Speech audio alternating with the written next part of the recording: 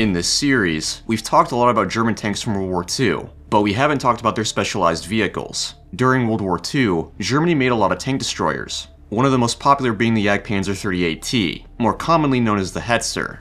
There's been a lot of debate over that name, with many saying it shouldn't be called Hetzer at all, but it appears that it was at least a rare nickname for it. It's also a lot easier to say than Jagdpanzer 38T, so I will refer to it as such sometimes. As is the theme with this series, its reputation is a bit mixed. Some people think it was garbage, some people think it was amazing, you get the idea. You know how people say if Germany made more Panzer IVs they could have won? They say the same about the Hetzer. The thinking is that with how easy it was to manufacture, it would even things out numerically. This is debatable, but we'll talk about that later. As always, we're going to take a quick dive into the vehicle's history, to see just how bad or good it actually was.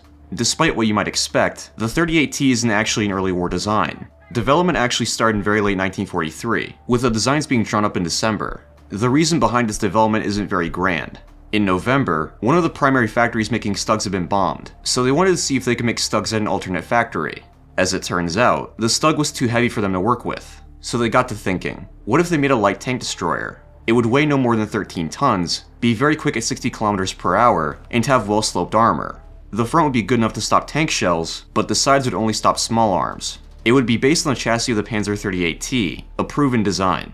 It would be an understatement to say the design process was rushed. In January 1944, a wooden mock-up was created, but even before that, a production run for 1,000 was planned. In March that same year, 3 pilot vehicles were ordered. These were accepted, though they were partially incomplete. Their production goals were very optimistic. Their end goal was to make 1,000 of them per month, with production steadily increasing over time.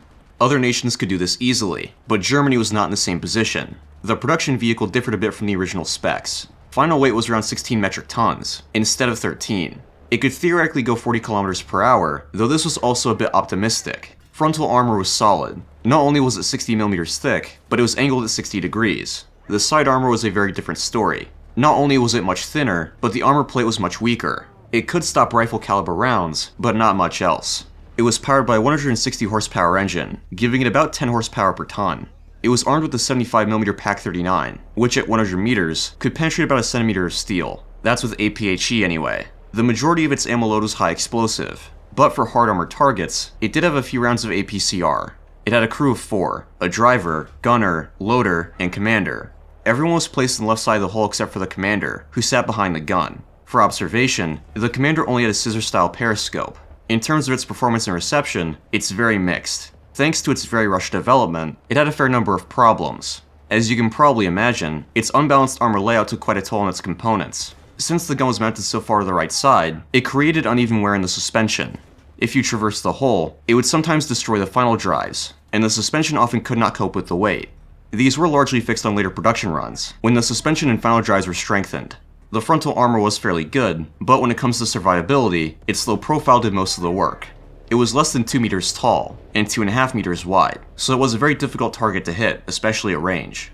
Its small size did also work against it though. The interior was very cramped, and the positioning of the gun caused a lot of problems. The loader was essentially on the wrong side of the gun, which made operating it difficult and dangerous. The gun couldn't traverse much to the left, which often made engaging targets difficult. The driver, gunner, and loader all had to escape out the same hatch, so evacuating wasn't very easy.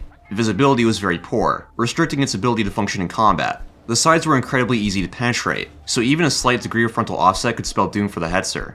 It wasn't nearly as fast as planned, but it was still faster than most German vehicles. The 38T wasn't a failure though. It was cheap and incredibly easy to make, not to mention being miles better than its predecessor, the Marder III. It was quite successful on the Eastern Front, where it was used by more experienced units, but on the Western Front, it performed very poorly. In any case, it was far better than a towed anti-tank gun. Considering it was a stopgap, the Jagdpanzer 38T wasn't terrible. It was certainly difficult to crew, but it was quite good at its job. Regardless, making more of them wouldn't have helped. It was too little too late, but it did an alright job overall. Anyway, I hope you guys enjoyed the video, and I'll see you on the next one.